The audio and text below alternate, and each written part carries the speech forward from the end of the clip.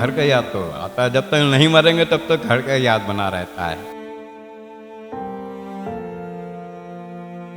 मन नहीं करता कभी कभी कि चला जाऊं वापस? और मन करने से क्या होता है, अब वहाँ पे जाके विजिट कराने तो नहीं है ना। तो कभी उन्होंने नहीं सोचा कि नहीं पापा आपने नहीं जाना है, आप यहीं पे रुको? कभी उन्होंने ऐसा बोला हो? नहीं, कभी तो ऐसा नहीं बोला। ਇਹ ਮੈਨੂੰ ਹੈ ਨਾ ਜਾਣ ਕੇ ਮੈਂ ਦੱਸ ਨਹੀਂ ਸਕਦੀ ਜਿੱਦਾਂ ਬੋਲਦੀ ਸੀਗੀ। ਤੁਹਾਡੀ ਦੋਤੀ? ਹਾਂਜੀ ਹਾਂਜੀ ਹਾਂਜੀ। ਮਤਲਬ ਬਹੁਤ ਬੁਰਾ ਰਵੱਈਆ ਹੋਏਗਾ ਗੱਲਬਾਤ ਕਰਨ ਦਾ, ਬਹੁਤ ਉੱਦਾਂ ਦੀ ਗੱਲਾਂ ਬੋਲੀਆਂ ਜਾਂਦੀਆਂ ਹੋਣ। ਜਾਂਦੀਆਂ ਜਿੱਦਾਂ ਦੀਆਂ ਪਿਛਲੀਆਂ ਬੁੜੀਆਂ ਵੀ ਨਹੀਂ ਸੀ ਇੱਦਾਂ ਬੋਲਦੀਆਂ, ਨੂੰਹਾਂ ਨੂੰ ਸੱਸਾਂ ਨਹੀਂ ਸੀ ਬੋਲਦੀਆਂ। ਮੇਰੇ ਰਿਸ਼ਤੇਦਾਰ ਵੀ ਬਹੁਤ ਤਕੜੇ, ਮੈਂ ਕੀ ਕਰਨਾ ਜਦ ਮੈਨੂੰ ਨਹੀਂ ਕੋਈ ਰੱਖਦਾ। ਤੁਹਾਡੇ ਘਰ-ਬਾਰ ਦੇ ਵਿੱਚ ਕੌਣ ਹੈ ਪਰਿਵਾਰ? ਮੇਰੇ ਹੈਗੇ 4 ਬੱਚੇ, ਬਸ ਅੱਜ ਕੱਲ੍ਹ ਪੈਸੇ ਨੂੰ ਸਿਵਾਉਂਦੇ। ਅੱਛਾ, 2 ਮੁੰਡੇ 2 ਕੁੜੀਆਂ, ਤੇ ਮੁੰਡੇ ਕੁੜੀਆਂ ਦੋਨਾਂ ਚਾਰਾਂ ਦਾ ਵਿਆਹ ਹੋ ਚੁੱਕਾ? ਇਹ ਮੈਨੂੰ ਪੁੱਛਦਾ ਹੈ। ਆਪਣੀ ਮਰਜ਼ੀ ਦੇ ਨਾਲ ਆਏ ਕਿ ਤੁਹਾਨੂੰ ਵੀ ਇੱਥੇ ਛੱਡ ਕੇ ਗਏ ਨੇ ਤੁਹਾਡੇ ਪਰਿਵਾਰ? ਮੈਨੂੰ ਕੋਈ ਛੱਡ ਕੇ ਗਿਆ, ਮੈਂ ਇਕੱਲਾ ਹੀ, ਮੇਰੇ ਮਗਰ ਕੋਈ ਨਹੀਂ ਹੈਗਾ। ਮੇਰੇ ਮਗਰ ਲੱਗੇ ਸੀ ਮਾਰਨ ਵਾਸਤੇ। ਆਹੋ, ਕੌਣ ਲੱਗਾ ਸੀ ਮਾਰ? ਸੋਹਰੇ।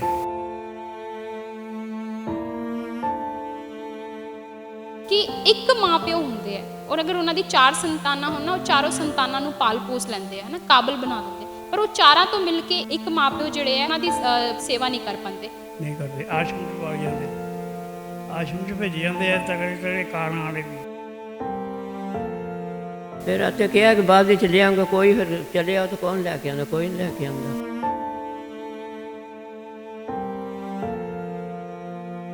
ਤੁਹਾਡੀ ਯਾਦ ਬਹੁਤ ਆਉਂਦੀ ਹੈ ਜਾਂ ਫਿਰ ਕਦੋਂ ਲੈ ਕੇ ਜਾਂਦੇ? ਕਰਨਾ ਦੇਖੋ, ਜੇ ਸੁਧਰ ਜਾਣ ਕਿ ਤੱਕ ਕੀ ਕਰਨਗੇ, ਆने वाला समय ਕੀ ਕਰੇਗਾ ਕੀ ਨਹੀਂ ਕਰੇਗਾ।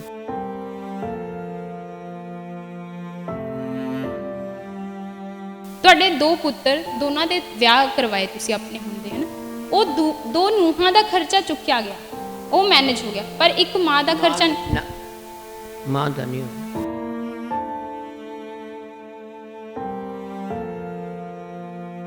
ਸਤਿ ਸ਼੍ਰੀ ਅਕਾਲ, ਤੁਸੀਂ ਵੇਖ ਰਹੇ ਹੋ ਦ ਸਿਟੀ ਹੈਡਲਾਈਨਸ ਤੇ ਮੈਂ ਹਾਂ ਤੁਹਾਡੇ ਨਾਲ ਕਲਪਨਾ ਮੌਰਿਆ। ਅਸੀਂ ਅਕਸਰ ਸੁਣਦੇ ਆਏ ਹਾਂ, ਦੇਖਦੇ ਆਏ ਹਾਂ ਕਿ ਕਿਸ ਤਰੀਕੇ ਨਾਲ ਮਾਪੇ ਜਿਹੜੇ ਹੈ ਬੜੀ ਉਮੀਦਾਂ ਦੇ ਨਾਲ ਆਪਣੇ ਬੱਚਿਆਂ ਨੂੰ ਪੜ੍ਹਾਉਂਦੇ ਨੇ, ਲਿਖਾਉਂਦੇ ਨੇ। ਉਹਨਾਂ ਨੂੰ ਲੱਗਦਾ ਹੈ ਕਿ ਇਹੀ ਬੱਚੇ ਉਹਨਾਂ ਦੇ ਬੁਢਾਪੇ ਦੇ ਵਿੱਚ ਸਹਾਰਾ ਬਣਨਗੇ, ਬੁਢਾਪੇ ਦੀ ਲਾਠੀ ਬਣਨਗੇ। ਪਰ ਜਦੋਂ ਜ਼ਿੰਮੇਵਾਰੀ ਨਿਭਾਉਣ ਦੀ ਵਾਰੀ ਬੱਚਿਆਂ ਦੀ ਆਉਂਦੀ ਹੈ ਤੇ ਬੱਚੇ ਆਪਣੀ ਜ਼ਿੰਮੇਵਾਰੀਆਂ ਤੋਂ ਭੱਜਦੇ ਨਜ਼ਰ ਆਉਂਦੇ ਨੇ।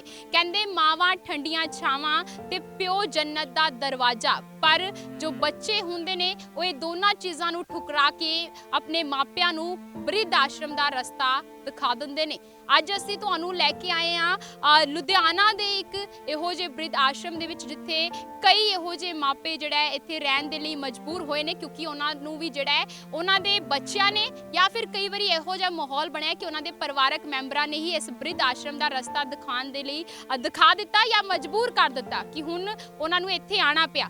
ਇਸ ਟਾਈਮ ਮੌਜੂਦ ਆ ਬਾਬਾ ਪ੍ਰੀਤਮ ਸਿੰਘ ਬ੍ਰਿਧ ਆਸ਼ਰਮ ਟਰਸਟ, ਅੰਦਰ ਵੀ ਲੈ ਕੇ ਚੱਲਾਂਗੇ, ਗੱਲਬਾਤ ਵੀ ਕਰਾਂਗੇ। ਇੱਥੇ ਜੋ ਬਜ਼ੁਰਗ ਮੌਜੂਦ ਹੋਣਗੇ, ਪਰ ਆਪਣੇ ਆਪ ਦੇ ਵਿੱਚ ਕਾਫੀ ਹੈਰਾਨ ਕਰ ਦੇਣ ਵਾਲੀ ਗੱਲ ਹੈ। ਅਸੀਂ ਅਕਸਰ ਸੁਣਦੇ ਆਏ ਹਾਂ, ਕਹਿੰਦੇ ਕਿ ਮਾਪਿਆਂ ਦੀ ਅਗਰ 4 ਵੀ ਸੰਤਾਨ ਹੋਣ, ਯਾਨੀ 4 ਬੱਚੇ ਵੀ ਹੋਣ, ਤੇ ਉਹ 4 ਬੱਚਿਆਂ ਨੂੰ ਵੀ ਪਾਲ ਲੈਂਦੇ ਨੇ। ਇਹ ਕਈ ਵਾਰੀ ਤੁਸੀਂ ਲਾਈਨਾਂ ਸੁਣੀਆਂ ਹੋਣਗੀਆਂ, ਪਰ ਉਹ 4 ਬੱਚਿਆਂ ਤੋਂ ਮਿਲ ਕੇ ਇੱਕ ਮਾਂ-ਬਾਪ ਦੀ ਜਿਹੜੀ ਹੈ ਸੇਵਾ ਨਹੀਂ ਕਰ ਪਾਉਂਦੇ।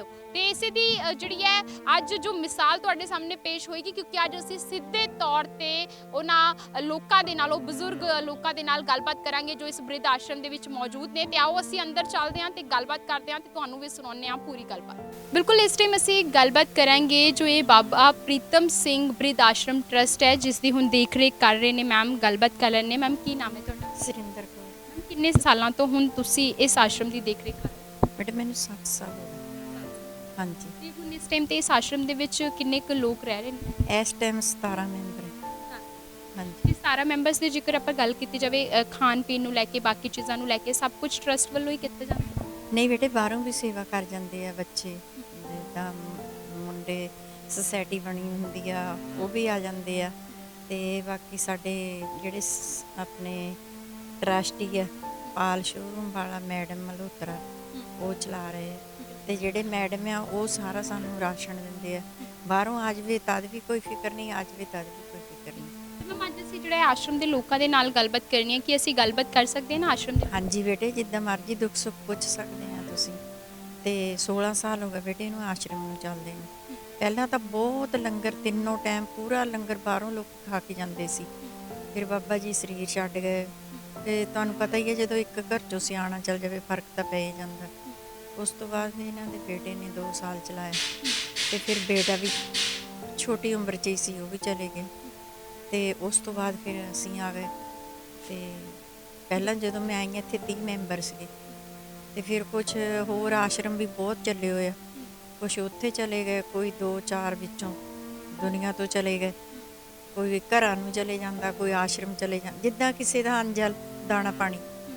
ਤੇ ਇਸ ਟਾਈਮ ਇੱਥੇ 17 ਮੈਂਬਰ ਹੈ। ਬਿਲਕੁਲ ਅਸੀਂ ਗੱਲਬਾਤ ਵੀ ਕਰਾਂਗੇ ਕੁਝ ਮੈਂਬਰਸ ਦੇ ਨਾਲ ਵੀ ਤੇ ਜਾਣਦੇ ਆ ਬਹੁਤ ਨਜ਼ਦੀਕ ਤੋਂ ਉਹਨਾਂ ਨੂੰ ਜਾਣਨ ਦੀ ਕੋशिश ਕरेंगे। तो आओ गलबात करते हैं तो ਤੁਹਾਨੂੰ ਵੀ ਸੁਣਾਉਂਦੇ ਹਾਂ ਉਹ गलबात।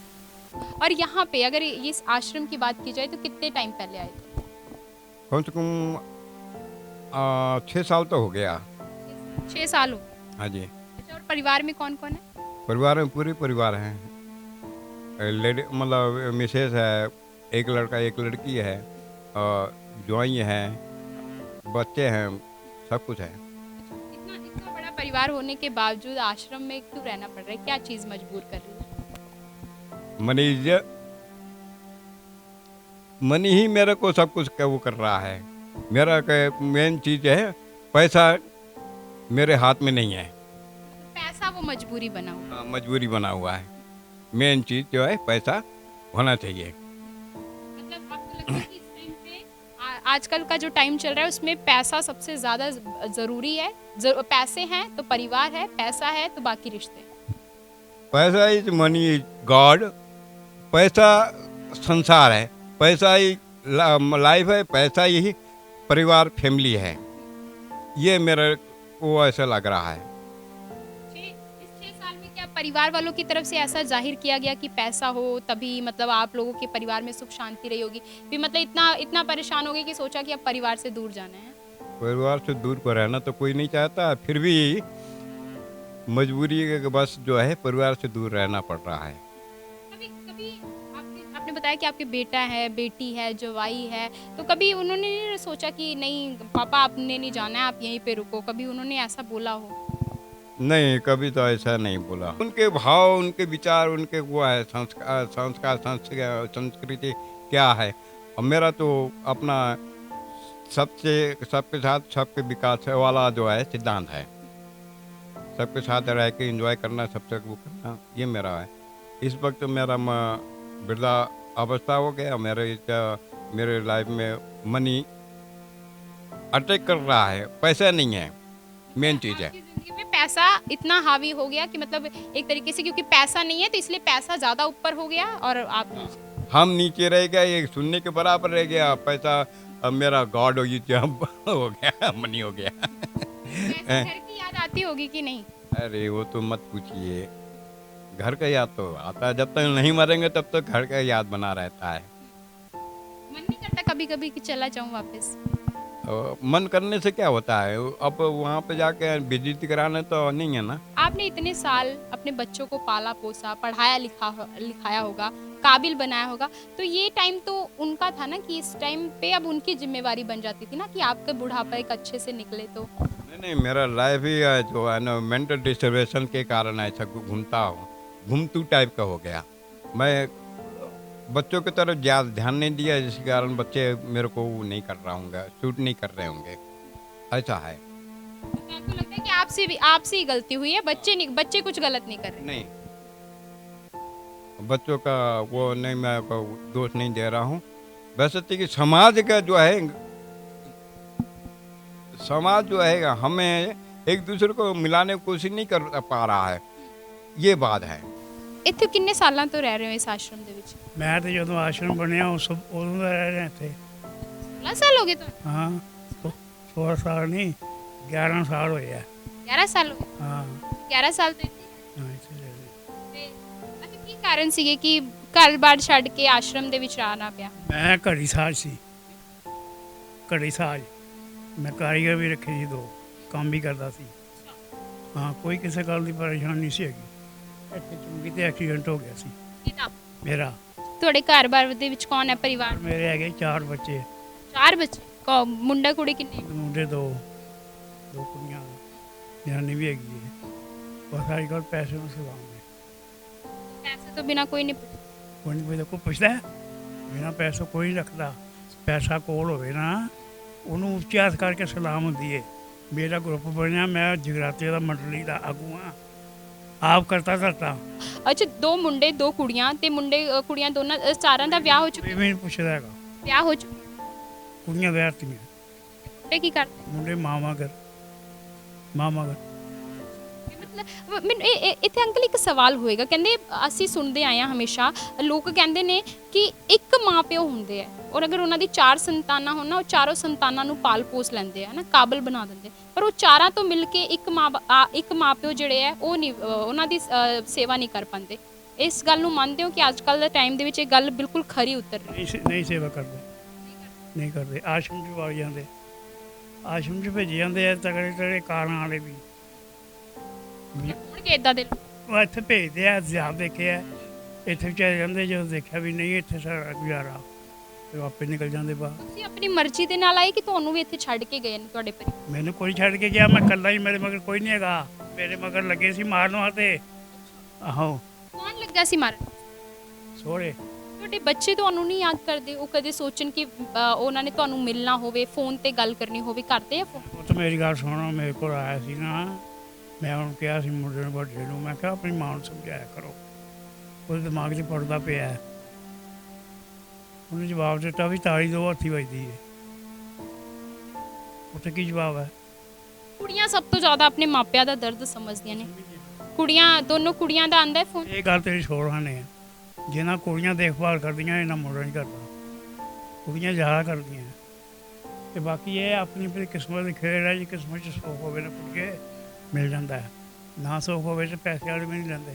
ਇਹ ਸਾਰੀ ਸਮਝਣ ਦੀ ਤਾਂ ਖੇਡ ਹੈ। ਲੋਕ ਸਮਝ ਨਹੀਂ ਪਾਉਂਦੇ ਕਿ ਜਿਹੜਾ ਟਾਈਮ ਅੱਜ ਤੁਸੀਂ ਲੰਘਾ ਰਹੇ ਹੋ ਉਹੀ ਟਾਈਮ ਉਹਨਾਂ ਨੇ ਵੀ ਲੰਘਾਣਾ ਹੈ ਆਪਣਾ। ਹਾਂ, ਕੀ ਪਤਾ ਸਾਨੂੰ ਸੌਖਾ ਲਗਾਉਣਾ ਕਿ ਔਖਾ ਲਗਾਉਣਾ ਹੈ, ਕੋਈ ਪਤਾ ਨਹੀਂ। ਅਸੀਂ ਕਹਿੰਦੇ ਚੱਲ ਜੋ ਹੁੰਦਾ ਠੀਕ ਹੈ, ਜੋ ਸਾਡੇ ਕੰਮ 'ਚ ਲਿਖਿਆ ਸੀ ਭੁੱਗ ਜਾਂਦੇ। ਤੁਸੀਂ ਆਪਣੇ ਪਰਿਵਾਰ ਦੇ ਨਾਲ ਸੀਗੇ, ਉਦੋਂ ਉਹਨਾਂ ਦਾ ਕੀ ਵਤੀਰਾ ਹੁੰਦਾ ਸੀ ਤੁਹਾਡੇ ਨਾਲ? ਮਤਲਬ ਕੀ ਵਿਵਹਾਰ ਸੀ? ਮਾਰਦੇ ਸੀ ਸਾਰੇ ਬੱਚੇ ਮੇਰੇ ਤੋਂ ਬਗੈਰ 1 ਮਿੰਟ ਵੀ ਨਹੀਂ ਸੀ ਰਹਿੰਦੇ ਹੈਗੇ।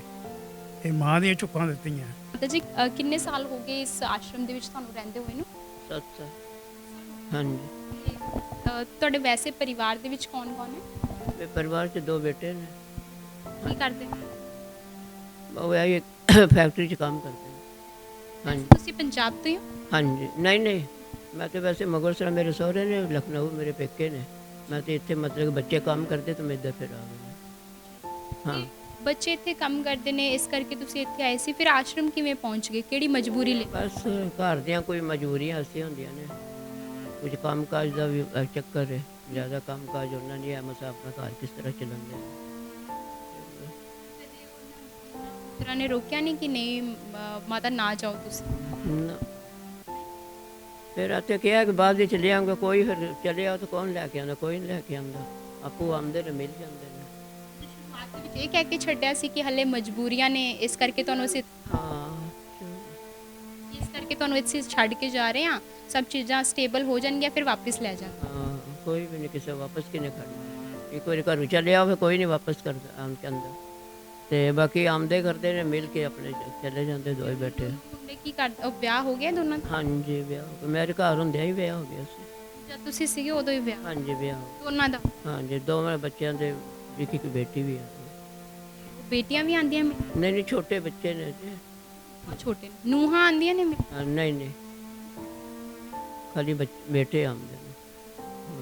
ਉਹ ਮਿਲ ਜਾਂਦੇ ਕਦੀ ਕਹਿੰਦੇ ਨੇ ਉਹ ਕਿ ਤੁਹਾਡੀ ਯਾਦ ਬਹੁਤ ਆਉਂਦੀ ਹੈ, ਜਾਂ ਫਿਰ ਕਦੋਂ ਲੈ ਕੇ ਜਾਂਦੇ? ਗੱਲਾਂ ਦੇਖੋ, ਜੇ ਸੁਧਰ ਜਾਣ ਕਿ ਪਤਾ ਕੀ ਕਰਨਗੇ, ਆने वाला समय ਕੀ ਕਰੇਗਾ ਕੀ ਨਹੀਂ ਕਰੇਗਾ। ਨਹੀਂ ਹੁੰਦਾ। ਮੈਂ ਮਤਲਬ ਇੱਕੋ ਹੀ ਗੱਲ ਕਹਿਣਾ ਚਾਹੂੰਗੀ। ਕਹਿੰਦੇ ਲੋਕ ਕਹਿੰਦੇ ਅੱਜ ਦਾ ਟਾਈਮ ਵੀ ਇਦਾਂ ਦਾ ਹੈਗਾ, ਲੋਕ ਕਹਿਣ ਚਾਹੇ ਜਿੰਨਾ ਮਰਜ਼ੀ ਐਡਵਾਂਸ ਹੋ ਗਿਆ, ਲੋਕ ਸਭ ਤੋਂ ਪਹਿਲਾਂ ਕਹਿੰਦੇ ਮੁੰਡਾ ਚਾਹੀਦਾ ਸਾਨੂੰ, ਮੁੰਡਾ ਹੋਵੇਗਾ ਤਾਂ ਜ਼ਿਆਦਾ ਕਾਬਲ ਹੋਵੇਗਾ, ਹੈ ਨਾ, ਉਹ ਸਾਡੇ ਬੁਢਾਪੇ ਦਾ ਸਹਾਰਾ ਬਣ ਗਿਆ। ਕੁੜੀਆਂ ਤਾਂ ਚੱਲ ਜਾਂਦੀਆਂ ਨੇ, ਲੱਗਦਾ ਹੈ ਕਿ ਇਦਾਂ ਹੁੰਦਾ ਹੈ ਅਸਲ ਦੇ ਵਿੱਚ? ਸਹੀ ਗੱਲ। ਲੱਗਦਾ ਹੈ ਕਿ ਮੁੰਡੇ ਸਹਾਰਾ ਬਣ ਜਾਂਦੇ ਨੇ? ਕਿੱਥੇ ਨਹੀਂ ਬੰਦੇ ਸੋਚਿਆ ਤਾਂ ਚਾਹੀਦਾ ਕਿ ਬਹੁਤ ਹੀ ਕੋਈ ਕਿੰਨੀ ਮਤਲਬ ਆਸ ਰਹਿੰਦੀ ਕਿ ਬੱਚਾ ਵਿਆਹਾਂਗੇ ਕਰਾਂਗੇ ਐਸਾ ਹੋਵੇਗਾ, ਕੋਈ ਕਰਦਾ ਕੋਈ ਨਹੀਂ ਕਰਦਾ, ਬਾਅਦ ਤੇ ਬਾਅਦ ਉਹ ਮੁੰਡੇ ਪਰੇ ਹੋ ਜਾਂਦੇ ਨੇ। ਕਿ ਅੱਜ ਵੀ ਹਲੇ ਅਗਰ ਜਦ ਪੁੱਤਰ ਦੀ ਖੁਆਇਸ਼ ਹੁੰਦੀ ਨਾ ਤੇ ਲੋਕ ਇੱਕੋ ਹੀ ਉਦਾਹਰਨ ਦਿੰਦੇ, ਕੁੜੀਆਂ ਚੱਲ ਜਾਂਦੀਆਂ ਨੇ, ਪੁੱਤਰ ਹੀ ਤਾਂ ਸਹਾਰਾ ਬਣਦੇ। ਲੱਗਦਾ ਹੈ ਕਿ ਮਤਲਬ ਬਣਦੇ ਨੇ ਸਹਾਰਾ, ਮਤਲਬ ਤੁਹਾਡੇ ਨਾਲ ਇਹ ਚੀਜ਼ ਹੋਈ ਹੈ, ਪਰ ਤੁਸੀਂ ਆਲੇ ਦੁਆਲੇ ਇੰਨੇ ਲੋਕ ਇੱਥੇ ਰਹਿੰਦੇ ਨੇ, ਉਹਨਾਂ ਤੋਂ ਦੇਖ ਕੇ ਕੀ ਸਿੱਖਿਆ ਹੈ ਕਿ ਇਦਾਂ ਹੁੰਦਾ ਹੈ ਅਸਲ ਦੇ ਵਿੱਚ? ਆਪਾਂ ਜਿਹੜੇ ਲੋਕ ਸੋਚਦੇ ਨੇ ਕਿ ਬੱਚੇ ਸਾਡੇ ਬੁਢਾਪੇ ਦੀ ਲਾਠੀ ਬਣਨਗੇ, ਸਹਾਰਾ ਬਣਨਗੇ, ਬਣਦੇ ਅੱਜ ਦੇ ਟਾਈਮ ਦੇ ਵਿੱਚ ਜਾਂ ਨਹੀਂ ਬਣਦੇ? ਹੁਣ ਮਨ ਤੇ ਨਹੀਂ ਸਮਝ ਆਉਂਦੀ ਕਿ ਬੰਦੇ ਪਏ ਹੁਣ ਜਿਸ ਹਿਸਾਬ ਤੇ ਦੇਖਦੇ ਪਿਆ ਕਿ ਆਸ਼ਰਮ ਵਿੱਚ ਜੋ ਤੱਕਦੇ ਨੇ ਮਾਂ ਪਿਓ ਹੋਏ ਨੇ ਉਹ ਚੁੱਕ ਕੇ ਆਸ਼ਰਮ ਸਰ ਛੱਡਦੇ ਨੇ, ਚਲੋ ਜਾਓ ਹੁਣ ਬੁਢਾਪਾ ਤੁਹਾਡਾ ਉੱਥੇ ਹੀ ਹੈ। ਕੀ ਕਰੇ, ਘਰ ਘਰ ਦੀ ਕਹਾਣੀ ਕਿੰਨਿਆਂ ਤੋਂ ਦੇਖਿਆ, ਆਸ਼ਰਮ ਇੱਥੇ ਕਿੰਨੇ ਨੇ, ਸਭਾਂ ਦਾ ਉਹੀ ਹਾਲ ਹੈ। ਤੇ ਫਿਰ ਕੀ ਲਾਠੀ ਬਣਨਗੇ ਸਾਡੇ ਲੋਕਾਂ ਦੀ, ਕੀ ਉਹੀ ਸੋਚੋ। ਕਹੂੰਗੀ ਆਪਣੇ ਆਪ ਦੇ ਵਿੱਚ ਹੁਣ ਨਾ ਤੁਹਾਡੀ ਕਹਾਣੀ ਸੁਣ ਕੇ ਮੈਨੂੰ ਇੱਕ ਗੱਲ ਹੈਰਾਨ ਕਰ ਰਹੀ, ਕਹਿੰਦੇ ਤੁਹਾਡੇ 2 ਪੁੱਤਰ, ਦੋਨਾਂ ਦੇ ਵਿਆਹ ਕਰਵਾਏ ਤੁਸੀਂ ਆਪਣੇ ਹੁੰਦੇ, ਹੈ ਨਾ, ਉਹ 2 ਨੂੰਹਾਂ ਦਾ ਖਰਚਾ ਚੁੱਕਿਆ ਗਿਆ, ਉਹ ਮੈਨੇਜ ਹੋ ਗਿਆ, ਪਰ ਇੱਕ ਮਾਂ ਦਾ ਖਰਚਾ ਨਾ, ਮਾਂ ਦਾ ਨਹੀਂ ਹੋਇਆ, ਮਾਂ ਦਾ ਨਹੀਂ ਚੁੱਕਿਆ ਗਿਆ। ਨਾ ਜੇ ਮਾਂ ਦਾ ਕਰਵਾਇਆ ਕਿ ਤਾਂ ਫਿਰ ਮਾਂ ਨੂੰ ਇੱਥੇ ਕਿਉਂ ਲਿਆਉਂਦੇ, ਇੱਥੇ ਕਿਉਂ ਆਉਂਦੇ, ਹੈ ਨਾ। ਹਾਂ ਕਦੇ ਤੁਹਾਡੇ ਅੰਦਰ ਵੀ ਇਹ ਸਵਾਲ ਤਾਂ ਆਇਆ ਹੋਣਾ? ਚਲੋ ਆਉਂਦਾ ਹੀ ਕੀ ਕਰਕੇ ਆ ਕੇ ਚੁੱਪ ਕਰਕੇ ਰਹਿ ਜਾਈਦਾ ਜਿਹੜਾ ਟਾਈਮ ਬੀਤਦਾ। ਮੈਂ ਪਹਿਲਾਂ ਜਲੰਧਰ ਰਹਿੰਦੀ ਸੀ ਤੇ ਮੈਂ ਬਿਮਾਰ ਹੋ ਗਈ, ਫਿਰ ਮੇਰੀ ਬੇਟੀ ਵੱਡੀ ਚੱਕਰ ਲਈ, 3 ਬੇਟੀਆਂ ਹੈ ਮੇਰੀਆਂ, ਬੇਟੇ ਮੁੱਕੇ ਨੂੰ 10 ਸਾਲ 12 ਸਾਲ ਹੋ ਗਏ, 35 ਸਾਲ ਦਾ ਬੇਟਾ ਮੁੱਕ ਗਿਆ ਸੀਗਾ। ਆਪਣ ਜਾਣ ਕੇ ਝਾੜੂ ਪੋਚੇ ਲਾਉਂਦੀ ਸੀ ਤੇ ਮੈਂ ਆਪਣਾ ਕਰਕੇ ਰੋਟੀ ਖਾਂਦੀ ਸੀ ਮਿਹਨਤ ਕਰਕੇ। ਫਿਰ ਮੈਂ ਬੇਟਾ ਜ਼ਿਆਦਾ ਬਿਮਾਰ ਹੋ ਗਈ, ਫਿਰ ਮੇਰਾ ਉੱਥੇ ਇੱਕ ਭਾਂਜਾ ਉਹ ਚੁੱਕ ਕੇ ਲੈ ਜਾਂਦਾ ਸੀਗਾ, ਉਹ ਕਹਿੰਦਾ ਵੀ ਮੈਂ ਮਾਸੀ ਤੈਨੂੰ ਕੋਲ ਤਾਂ ਨਹੀਂ ਰੱਖ ਸਕਦਾ, ਨੌਕਰੀ ਵਾਲੇ ਆ। ਫਿਰ ਉਹ ਮੈਨੂੰ ਇਹ ਲੈ ਆਈ ਮੇਰੀ ਵੱਡੀ ਬੇਟੀ, ਇਹਨੇ 4 ਸਾਲ ਹੋ ਗਏ ਮੈਨੂੰ ਰੱਖੇ ਨੂੰ। ਫਿਰ ਮੇਰਾ ਜਵਾਈ ਪਰ ਕਰੋਨੇ ਨਾਲ ਮੁੱਕ ਗਿਆ। ਫਿਰ ਇੱਦਾਂ ਹੀ ਨਹੀਂ ਮੇਰੇ ਮਗਰ ਹੱਥ ਚੱਕ ਲਈ ਤਾਂ ਮੁੜ ਕੇ ਮੈਂ ਫੇਰ ਪਿੰਡ ਇੱਦਾਂ ਮੈਂ ਇਹਨਾਂ ਕੋਲ ਤਾਂ ਇੱਥੇ ਲੁਧਿਆਣੇ ਤਾਂ ਘੱਟੇ ਹੀ ਰਹਿੰਦੀ ਸੀ ਆਪਣੇ ਰਿਸ਼ਤੇਦਾਰਾਂ ਦੇ, ਇੱਥੇ ਮੇਰਾ ਦਿਲ ਨਹੀਂ ਸੀ ਲੱਗਦਾ। ਅਤੇ ਇੱਥੇ ਬੰਦਾ ਸ਼ੁਰੂ ਤੋਂ ਰਹਿੰਦਾ ਹੋਵੇ ਉੱਥੇ ਹੀ ਦਿਲ ਲੱਗਦਾ ਨਾ, ਜਿੱਥੇ ਆਪਣਾ ਵਿਆਹ ਸ਼ਾਦੀ ਹੋਇਆ ਹੋਵੇ। ਫਿਰ ਮੈਂ ਬੇਟੀ ਦੇ ਕੋਲ ਇਹ ਮੁੰਡਾ ਵਿਆਹ ਲਿਆ, ਕਹਿੰਦੀ ਮੇਰੀ ਧੀ ਕੋ ਚੱਲ ਜਾ, ਦੋਤੀ ਕੋ ਜਾਣੇ ਕੇ। ਮੈਂ ਇੱਦਾਂ ਝਗੜਾ ਜਿਹਾ ਕੀਤਾ, ਮੈਂ ਕਿਹਾ ਵੀ ਮੈਂ ਦੋਤੀ ਕੋ ਨਹੀਂ ਜਾ ਸਕਦੀ, ਤੇਰੇ ਕੋਲ ਰਹਿ ਸਕਦੀ ਹਾਂ। ਹੁਣ ਮੈਂ ਦੋਤੀ ਕੋ ਬੜਾ ਸੋਹਣਾ ਰਹਿੰਦੀ ਸੀ, ਮੈਨੂੰ ਪੈਨਸ਼ਨ 1500 ਰੁਪਈਆ ਲੱਗੀ, ਉਹ ਇੱਦਾਂ ਉੱਥੇ ਜਾਂਦੀ, ਸਾਰੇ ਮੇਰੇ ਪਿੰਡ ਦੇ ਮੇਰਾ ਜਾਣ ਕੇ ਬਹੁਤ ਇਹ ਪਿਆਰ ਨਾਲ ਮੈਂ ਰਹਿੰਦੀ ਉਹਨਾਂ ਨਾਲ ਵੀ। ਇਹ ਮੈਨੂੰ ਹੈ ਨਾ ਜਾਣ ਕੇ ਮੈਂ ਦੱਸ ਨਹੀਂ ਸਕਦੀ ਜਿੱਦਾਂ ਬੋਲਦੀ ਸੀਗੀ। ਤੁਹਾਡੀ ਦੋਤੀ? ਹਾਂਜੀ ਹਾਂਜੀ ਹਾਂਜੀ, ਉਹ ਹੁਣ ਬੇਟਾ ਇੱਥੇ ਵਿੱਚ ਨਹੀਂ ਨਾ ਇਹ ਗੱਲਾਂ ਭਰੂੰਗੀ, ਜਾਣੀ ਕਿ ਮੈਂ ਤੁਹਾਨੂੰ ਸ਼ਾਰਟਕੱਟ ਦੱਸ ਦਿੱਤਾ ਵੀ ਇੱਦਾਂ ਬੋਲਦੀ ਸੀ ਵੀ ਮੈਂ ਤੁਹਾਨੂੰ ਦੱਸ ਨਹੀਂ ਸਕਦੀ। ਮਤਲਬ ਬਹੁਤ ਬੁਰਾ ਰਵੱਈਆ ਹੋਏਗਾ ਗੱਲਬਾਤ ਕਰਨ ਦਾ, ਬਹੁਤ ਉੱਦਾਂ ਦੀ ਗੱਲਾਂ ਬੋਲੀਆਂ ਜਾਂਦੀਆਂ ਜਾਂਦੀਆਂ ਜਿੱਦਾਂ ਦੀਆਂ ਪਿਛਲੀਆਂ ਬੁੜੀਆਂ ਵੀ ਨਹੀਂ ਸੀ ਇੱਦਾਂ ਬੋਲਦੀਆਂ, ਨੂੰਹਾਂ ਨੂੰ ਸੱਸਾਂ ਨਹੀਂ ਸੀ ਬੋਲਦੀਆਂ। ਹਾਰ ਕੇ ਫਿਰ ਮੈਂ ਇੱਥੇ ਪੁੱਛਿਆ, ਫਿਰ ਮੈਂ ਇਸ ਸਟੈਪ 'ਚ ਮੈਨੂੰ ਬੇਟਾ ਤਾਂ ਚੱਕਣਾ ਪਿਆ, ਰੋਟੀ ਬੜੀ ਵਧੀਆ ਦਿੰਦੀ ਸੀਗੀ, ਜਿਹੜੀ ਗੱਲ ਸੱਚੀ ਹੈ ਉਹ ਸੱਚੀ ਕਰਨੀ ਆ। ਰੋਟੀ ਨਾਲ ਰੋਟੀ, ਚਾਹ ਨਾਲ ਚਾਹ, ਕੋਈ ਚੀਜ਼ ਲਿਆਉਂਦੀ ਸੀ ਪਹਿਲਾਂ ਪੁੱਛਦੀ ਸੀ। ਜਿਹੜੀ ਉਹਦੀ ਬੋਲਬਾਣੀ ਸੀ ਬੇਟਾ ਉਹ ਨਹੀਂ ਸੀ ਸਹੀ, ਉਹ ਜਾਣ ਕੇ ਮੈਨੂੰ ਕੰਜਰੀ ਇਹ ਲੁੱਚੀ ਇਹ ਬਦਮਾਸ਼ੀ, ਮਤਲਬ ਬਹੁਤ ਜਿਹੜੀ ਹੈ ਭੱਦੀ ਸ਼ਬਦਾਵਲੀ ਜਿਹੜੀ ਹੈ ਵਰਤੋਂ। ਪਰ ਮੈਂ ਮੈਨੂੰ ਕਈ ਵਾਰੀ ਸਮਝਾਇਆ ਬੇਟਾ ਇੱਦਾਂ ਨਹੀਂ ਬੋਲੀਦਾ, ਕਹਿੰਦੀ ਰਹਿਣਾ ਰਹਿ, ਮੈਂ ਤਾਂ ਇੱਦਾਂ ਹੀ ਬੋਲਣਾ ਆ, ਨਹੀਂ ਤਾਂ ਇੱਥੋਂ ਚਲੀ ਜਾ ਨਿੱਕਾ ਜਿਹਾ ਗੁੰਡ ਕੇ। ਮੈਂ ਫਿਰ ਪੁੱਤ ਇੱਕ ਦਿਨ ਮੈਂ ਕਿਹਾ ਮੈਂ ਕੁਛ ਕਰ ਬੈਠਾ। ਤੁਹਾਡੀ 3 ਕੁੜੀਆਂ ਨੇ, 3 ਕੁੜੀਆਂ ਦੇ ਵਿੱਚੋਂ ਕਦੇ ਵੀ ਮੰਨ ਲਓ ਇੱਕ ਦੇ ਕੋਲ ਤਾਂ ਤੁਸੀਂ ਰਹਿ ਕੇ ਵੀ ਆਏ, ਫਿਰ ਉਹਨਾਂ ਨੇ ਅੱਗੇ ਦੋਤੀ ਕੋਲ ਵੀ ਭੇਜਿਆ ਹੈ ਨਾ, ਉਹ ਇੱਥੇ ਹੀ ਰਹਿੰਦੀ ਨੇ, ਤੇ ਕਿਸੇ ਬਾਕੀ ਦੋਨਾਂ ਕੁੜੀਆਂ ਨੇ ਕਦੇ ਕਿਹਾ ਕਿ ਮਾਤਾ ਤੁਸੀਂ ਸਾਡੇ ਕੋਲ ਆ ਕੇ ਰਹਿੰਦੇ? ਮੈਂ ਉੱਥੇ ਦਾਦੇ ਰਹਿੰਦੀ ਆ ਨਾ, ਉਹ ਸੱਸਾਂ ਦੇ ਵਿੱਚ ਆ ਬੇਟਾ, ਤੁਹਾਨੂੰ ਪਤਾ ਹੀ ਆ। ਫਿਰ ਉਹ ਕਹਿੰਦੀ ਫਿਰ ਘਰ ਦਾ, ਛੋਟੀ ਕਹਿੰਦੀ ਆ ਉਹ ਤਾਂ ਘਰ ਬਹੁਤ, ਉਹ ਕਹਿੰਦੀ ਫਿਰ ਮੇਰਾ ਜਿਹੜਾ ਘਰ ਦਾ ਵਾਤਾਵਰਨ ਵਿੱਚ ਜਲੰਧਰ ਵਿੱਚ ਦਰਾਣੀ ਵੀ ਆ, ਉਹ ਕਹਿੰਦੀ ਮਾੜੀ ਮੋਟੀ ਕੋਈ ਗੱਲ ਤਾਂ ਸੱਸ ਨੂੰ ਦੀ ਹੋ ਜਾਣੀ ਆ, ਕਹਿੰਦੀ ਮੇਰੀ ਸੱਸ ਕਹੂਗੀ ਤੇਰਾ ਮਾਂ ਸਿਖਾਲਦੀ ਆ, ਤੂੰ ਕਹਿਣਾ ਇਹਦੀ ਸੱਸ ਤਾਂ ਲੜਦੀ ਮੇਰੇ ਕਰਕੇ, ਹੋਰ ਮੈਂ ਇਸ ਕਰਕੇ ਨਹੀਂ ਰਹਿੰਦੀ। ਅਸੀਂ ਕਹਿ ਸਕਦੇ ਨਾ ਮਾਤਾ ਕਿ ਅੱਜ ਕੱਲ ਦੇ ਟਾਈਮ ਦੇ ਵਿੱਚ ਹਾਲਾਤ ਇਹੋ ਜਿਹੇ ਨੇ ਕਿ ਬੁਢਾਪੇ ਦੇ ਵਿੱਚ ਜੇਕਰ ਜਿਨ੍ਹਾਂ ਦੀ ਸਿਰਫ ਕੁੜੀਆਂ ਨੇ, ਉਹ ਕੁੜੀਆਂ ਵੀ ਆਪਣੇ ਮਾਪਿਆਂ ਦਾ ਸਹਾਰਾ ਤਾਂ ਨਹੀਂ ਬਣ ਸਕਦੀਆਂ, ਕਿਉਂਕਿ ਵਿੱਚ ਕੋਈ ਨਾ ਕੋਈ ਰੁਕਾਵਟ ਤਾਂ ਰਹੇਗੀ। ਹਾਂ, ਫਿਰ ਇੱਕ ਮੇਰਾ ਭਾਂਜਾ ਅਫਸਰ ਉਹ ਮੈਨੂੰ ਖਰਚਾ ਦਿੰਦਾ ਆ, ਉਹ ਵੱਡਾ, ਉਹ ਰਿਟਾਇਰ ਹੋ ਗਿਆ, ਉੱਥੇ ਜਲੰਧਰ ਹੀ ਆ, ਰਾਮਾ ਮੰਡੀ ਹੁਸ਼ਿਆਰਪੁਰ ਰੋਡ ਤੇ ਵਹੁਟੀ ਉਹਦੀ ਨੌਕਰੀ ਕਰਦੀ ਆ। ਕੀ ਲੱਗਦਾ ਮਤਲਬ ਇੱਥੇ ਤੁਸੀਂ ਹੈਗੇ ਹੋ, ਇੰਨੇ ਸਾਰੇ ਇੱਥੇ ਲੋਕ ਵਰਿੱਧ ਆਸ਼ਰਮ ਦੇ ਵਿੱਚ ਇਸ ਟਾਈਮ ਤੇ ਰਹਿ ਰਹੇ ਨੇ, ਤੇ ਕੀ ਲੱਗਦਾ ਹੈ ਕਿ ਅੱਜ ਕੱਲ ਦੇ ਟਾਈਮ ਦੇ ਵਿੱਚ ਕੀ ਅਸਲ ਦੇ ਵਿੱਚ ਬੱਚੇ ਮਾਂ-ਬਾਪ ਦਾ ਸਹਾਰਾ ਬਣਦੇ ਨੇ ਜਾਂ ਨਹੀਂ? ਉਹ ਤਾਂ ਜਿਹੜੇ ਚੰਗੇ ਉਹ ਤਾਂ ਬਣਦੇ ਆ, ਜਿਹੜੇ ਉੱਦਾਂ ਦੇ ਕਈ ਮਾਂ ਬਾਪ ਵੀ ਬੜੇ ਗਲਤ ਹੈ, ਐਸੀ ਗੱਲ ਨਹੀਂ, ਪਰ ਮੈਂ ਤਾਂ ਕਿਸੇ ਨਾਲ ਗਲਤ ਨਾ ਹੋਈਆਂ ਨਾ ਹੋਣਾ ਆ। ਮੇਰੇ ਰਿਸ਼ਤੇਦਾਰ ਵੀ ਬਹੁਤ ਤਕੜੇ, ਮੈਂ ਕੀ ਕਰਨਾ ਜਦ ਮੈਨੂੰ ਨਹੀਂ ਕੋਈ ਰੱਖਦਾ। ਮੇਰਾ ਭਰਾ 4 ਕਰੋੜ ਦਾ ਮਾਲਕ ਹੈ, ਮੈਂ ਉਹਨੂੰ ਕਿਹਾ ਤੇਰੀਆਂ ਦੁਕਾਨਾਂ ਤੋਂ ਮੈਨੂੰ 500 ਰੁਪਈਆ ਦੇ ਦਿਆ ਕਰ, ਮੈਂ ਪੈਸੇ ਵੀ ਨਹੀਂ ਮੰਗਦੀ। ਤੇ ਮੈਨੂੰ ਮੈਂ ਬਿਮਾਰ ਰਹਿੰਦੀ ਨਾ, ਹਾਰਟ ਪ੍ਰੋਬਲਮ ਆ, ਫਿਰ ਮੈਂ ਦਮੁੰਦੀ ਹੋ ਨਹੀਂ ਸਕਦੀ। ਤੇ ਫਿਰ ਇਹ ਦੀਦੀ ਹੁਣੀ ਬਹੁਤ ਚੰਗੇ ਆ, ਇਹਨਾਂ ਦਾ ਬੜਾ ਵਾਤਾਵਰਨ ਮੈਂ ਦੇਖ ਲਿਆ। ਮੈਂ ਕੱਲ੍ਹ ਦੀ ਜਲੰਧਰ ਭੇਜੀ ਸੀਗੀ, ਬੜਾ ਵਾਤਾਵਰਨ ਇਹਨਾਂ ਦਾ ਵਧੀਆ ਆ। ਇਹਨੇ ਮੈਨੂੰ ਕਹਿ ਰਿਹਾ ਵੀ ਤੂੰ ਆ ਜਾਣਾ, ਮੈਂ ਅੱਜ ਆ ਗਈ। ਜੇ ਆਪਾਂ ਰਵਾਂਗੇ ਪਿਆਰ ਨਾਲ ਬੇਟਾ, ਫਿਰ ਤਾਂ ਇੱਕ ਦੂਜੇ ਦਾ ਵਧੀਆ ਸਹਾਰਾ ਹੈ ਨਾ। ਤੇ ਜੇ ਤੂੰ ਦੇਖੋ ਰੋਟੀ ਸਾਨੂੰ ਇੱਥੇ ਵਧੀਆ ਮਿਲਦੀ ਆ, ਟਾਈਮ ਨਾਲ ਸਾਰਾ ਕੁਝ, ਜੇ ਆਪਾਂ ਹੱਥ ਵੀ ਮਾੜਾ ਮੋਟਾ ਲਾ ਲਿਆ ਤਾਂ ਕੋਈ ਗੱਲ ਨਹੀਂ, ਗੁਰੂ ਘਰ ਆ, ਠੀਕ ਨਹੀਂ। ਤੇ ਜੇ ਨਾ ਆਪਾਂ ਕਿਸੇ ਦੀ ਨਿੰਦਿਆ ਕਰਨੀ, ਨਾ ਕਿਸੇ ਚੁਗਲੀ, ਜੇ ਕੋਈ ਕੰਮ ਨਹੀਂ ਤਾਂ ਰੱਬ ਆਪਣੇ ਅੰਦਰ, ਠੀਕ ਨਹੀਂ। ਤੇ ਹੁਣ ਮੈਂ ਉਹਨਾਂ ਨੂੰ ਅਜੇ ਦੱਸਿਆ ਨਹੀਂ ਵੀ ਮੈਂ ਗਈ ਹਾਂ। ਮੈਂ ਆਪਣੀ ਛੋਟੀ ਕੁੜੀ ਨੂੰ ਵੀ ਨਹੀਂ ਦੱਸਿਆ, ਮੈਂ ਕਿਹਾ ਨਹੀਂ ਪਏ ਮਗਰ ਆ ਜਾਣਾ। ਮੈਂ ਉਹਨਾਂ ਨੂੰ ਇਹੀ ਕਿਹਾ ਵੀ ਮੈਂ ਜਲੰਧਰ ਚੱਲੀ ਹਾਂ। ਮੇਰਾ ਪਤਿਓਰਾ ਗੱਲ ਕਹਿੰਦਾ ਜੀ ਬੇਟਾ ਮੇਰੀ ਜਗ੍ਹਾ ਹੁੰਦੀ ਉੱਦਾਂ ਹੈਗਾ, ਉਹ ਵੀ ਤਕੜਾ, ਉਹ ਮਕਾਨ ਵੇਚ ਦਿੱਤੇ। ਕਹਿੰਦਾ ਮੈਂ ਤੈਨੂੰ ਜਾਣੇ ਨਹੀਂ ਸੀ ਦੇਣਾ, ਤੂੰ ਕਹਿੰਦਾ ਦਿਨ ਦੀ ਰਾਤ ਆ, ਹੈਲਪ ਵੀ ਮਾੜੀ ਮੋਟੀ ਕਰਦੀ ਗਈ ਦੀ, ਰੋਟੀ ਪਾਣੀ ਕੋਈ 100 ਦਿੰਦਾ, ਕੋਈ 50 ਦਿੰਦਾ, ਜਿੱਦਾਂ ਵੀ ਗਰੀਬਣੀ ਆ। ਬਿਲਕੁਲ ਇਹ ਅਸੀਂ ਗੱਲਬਾਤ ਕੀਤੀ ਹੈ ਆਸ਼ਰਮ ਦੇ ਵਿੱਚ ਮੌਜੂਦ ਲੋਕਾਂ ਦੇ ਨਾਲ।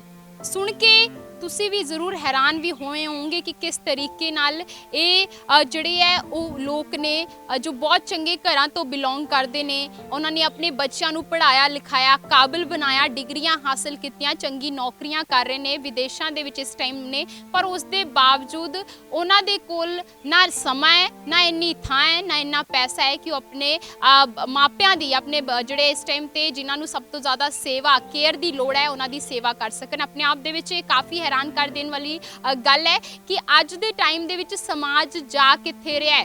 ਗੱਲ ਹੁੰਦੀ ਹੈ ਵੱਡੀ ਵੱਡੀਆਂ, ਲੋਕ ਸੋਚਦੇ ਨੇ ਕਿ ਜਿਹੜੇ ਆ ਮਾਪਿਆਂ ਨੂੰ ਰੱਬ ਦਾ ਦਰਜਾ ਦਿੱਤਾ ਜਾਂਦਾ ਹੈ, ਪਰ ਉੱਥੇ ਇਹ ਵੀ ਦੇਖਣਾ ਪਏਗਾ। ਉਸੇ ਦੀ ਇੱਕ ਦੂਜੀ ਤਸਵੀਰ ਇਹ ਹੈ ਕਿ ਲੋਕ ਕਹਿੰਦੇ ਤਾਂ ਨਹੀਂ ਕਿ ਮਾਪੇ ਰੱਬ ਦਾ ਰੂਪ ਹੈ, ਰੱਬ ਦਾ ਦਰਜਾ ਸ਼ਬਦਾਂ ਦੇ ਵਿੱਚ ਦੇ ਦਿੱਤਾ ਜਾਂਦਾ ਹੈ, ਪਰ ਉਸ ਦੀ ਅਸਲ ਤਸਵੀਰ ਇਹ ਹੈ ਕਿ ਕਿਸ ਤਰੀਕੇ ਨਾਲ ਜੇਕਰ ਅਗਰ ਲੋਕ ਅਸਲ ਦੇ ਵਿੱਚ ਮਾਂ-ਬਾਪ ਨੂੰ ਰੱਬ ਸਮਝਦੇ ਤੇ ਸ਼ਾਇਦ ਅੱਜ ਦੇ ਟਾਈਮ ਦੇ ਵਿੱਚ ਬ੍ਰਿਧ ਆਸ਼ਰਮ ਬਣਾਉਣ ਦੀ ਲੋੜ ਨਾ ਪੈਂਦੀ ਤੇ ਬਜ਼ੁਰਗ ਇਸ ਤਰੀਕੇ ਨਾਲ ਬ੍ਰਿਧ ਆਸ਼ਰਮ ਦੇ ਵਿੱਚ ਰਹਿਣ ਦੇ ਲਈ ਮਜਬੂਰ ਨਾ ਹੁੰਦੇ। ਬਾਕੀ ਤੁਹਾਨੂੰ ਕੀ ਲੱਗਦਾ ਹੈ ਕਮੈਂਟ ਸੈਕਸ਼ਨ ਦੇ ਵਿੱਚ ਜਾ ਕੇ ਕਮੈਂਟ ਕਰਕੇ ਜ਼ਰੂਰ ਦੱਸਿਓ। ਕੈਮਰਾਮੈਨ ਕਰਨ ਕੁਮਾਰ ਦੇ ਨਾਲ ਮੈਂ ਕਲਪਨਾ ਮੌਰਿਆ, ਵੇਖਦੇ ਰਹੋ ਦਾ ਸਿਟੀ ਹੈਡਲਾਈਨਸ।